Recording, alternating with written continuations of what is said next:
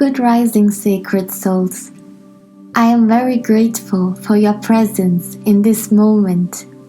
Today I'm going to talk about the Moors, a diverse group of North Africans and Arabian people that left a mark on history through their profound contributions to science, mathematics, art, and culture during their rule in European countries. The Black Afrakans from the Nile Valley were the first ones to civilize Europeans. The Greeks eventually shared their accumulated knowledge with the Romans, but over time, much of this knowledge was not preserved, leading to a decline in cultural advancements, often referred to as the Dark Ages. The Dark Ages were ended by another African race, the Moors, who brought civilization back to Europe. European historians perpetuate the lie that Afrakans were civilized by Europeans, whereas in reality, the Afrakans were the ones that civilized the Europeans. The truth that Greek civilization was an offspring of the highly developed Black African civilizations, which came before it by thousands of years, has been kept secret. And even Greek mythology actually mentions conquerors from Egypt and Phoenicia who ruled Greece until the 14th or 15th century BC. Overall, the Moors ruled in Europe for nearly 700 years, mostly in Spain and Portugal, from 711 AD to 1492, and they had impressive knowledge in various fields like math, astronomy, farming, building, cooking, and medicine. Their expertise played a significant role in changing Europe and moving it from a period often called the Dark Ages to the vibrant period of the Renaissance. Muhammad ibn Abdullah was preaching Islam at the start of the 7th century. The Arabs desired to rule the world and spread the message of Islam. Following their conquest of North Africa in 708, the Moors adopted Arabic as their official language and adopted Islam. When people forgot about the ancient Roman gods, many countries in Europe had already adopted Catholicism as their main religion. At that time, there was also a big and strong Muslim kingdom in Europe.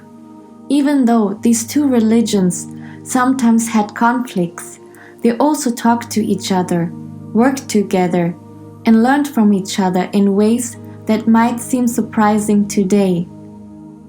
After the fall of the Roman Empire around 470 AD, African populations gradually resettled in southern Europe.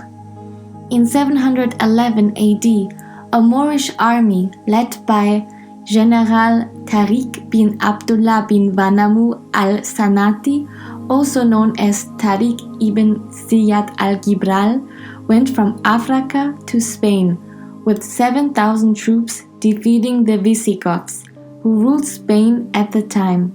This event led to the establishment of Al-Andalus, an Islamic empire covering Spain, Portugal, Andorra, and southern France. General Tariq, motivated by a desire to spread Islam, ordered his fleet to be burned upon arrival in Spain, vowing to conquer Spain for Islam or perish in battle.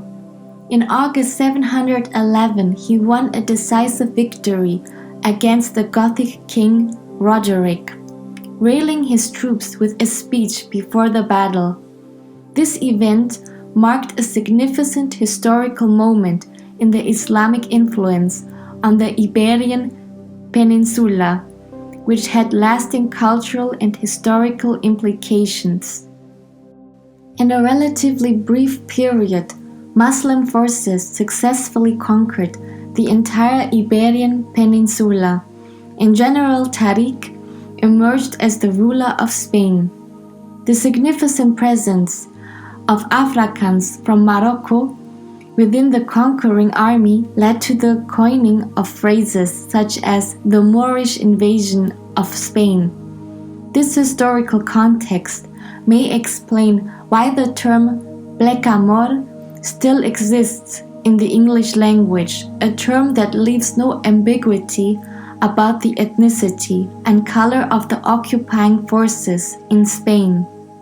Legend has it that the expression "thank heaven for 711" originated from the profound sense of liberation experienced as Moorish civilization spread across Spain, Portugal, Andorra, and southern France, eliminating the oppressive rule imposed by the Visigoths. For more than 750 years, the Moors guided Spain through an extraordinary era marked by religious freedom, educational advancement, and economic enterprise. Following the 711 invasion, subsequent waves of Moors, including individuals with darker complexions, arrived in the region. The Moorish presence in Portugal was so influential that even noble families eventually incorporated Moorish heritage into their lineage. Extensive intermingling of different racial groups occurred in Portugal, Spain, and other parts of Europe under the influence of the Moors, resulting in a significant mixing of ethnicities. As a consequence, the Moors played a role in contributing to a more diverse population, particularly in Portugal, where a lot of racial blending occurred. This influence made Portugal a notable example of a European region characterized by a diverse population with a range of ethnic backgrounds. Napoleon Bonaparte famously remarked that Africa begins at the Pyrenees, acknowledging the substantial African influence on the Iberian Peninsula. Interracial marriages occurred on a significant scale between the Moors and Italians. During this period, Italy had a mix of Germanic blood due to the earlier invasions by the Goths and Vandals. As a result, the African influence extended beyond Portugal and Spain, permeating all levels of Italian society, including its most prominent and illustrious royal family at the time, the Medicis. While many noble Moorish families intermarried with Europeans, their surnames served as a lasting connection to the African heritage.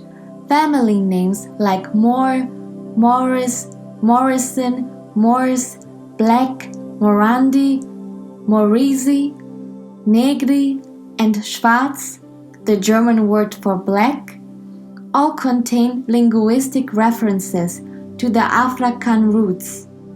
Extensive interracial marriages began to reshape the demographic landscape, giving rise to individuals of varying skin tones, ranging from deep black to nearly white.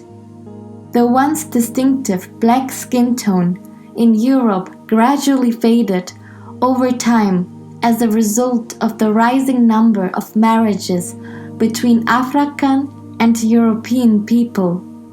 Furthermore, the English term Moor originated from the Greek word Mauro, which directly translates to black. The Greeks used this term to describe the dark skin color of Afrakans. Thank you for taking your precious time and expensive energy to listen to what I have to say. And may you always be a magnet for miracles and deep healing. with raining stars in bloom and drowning roses of dreams, just me.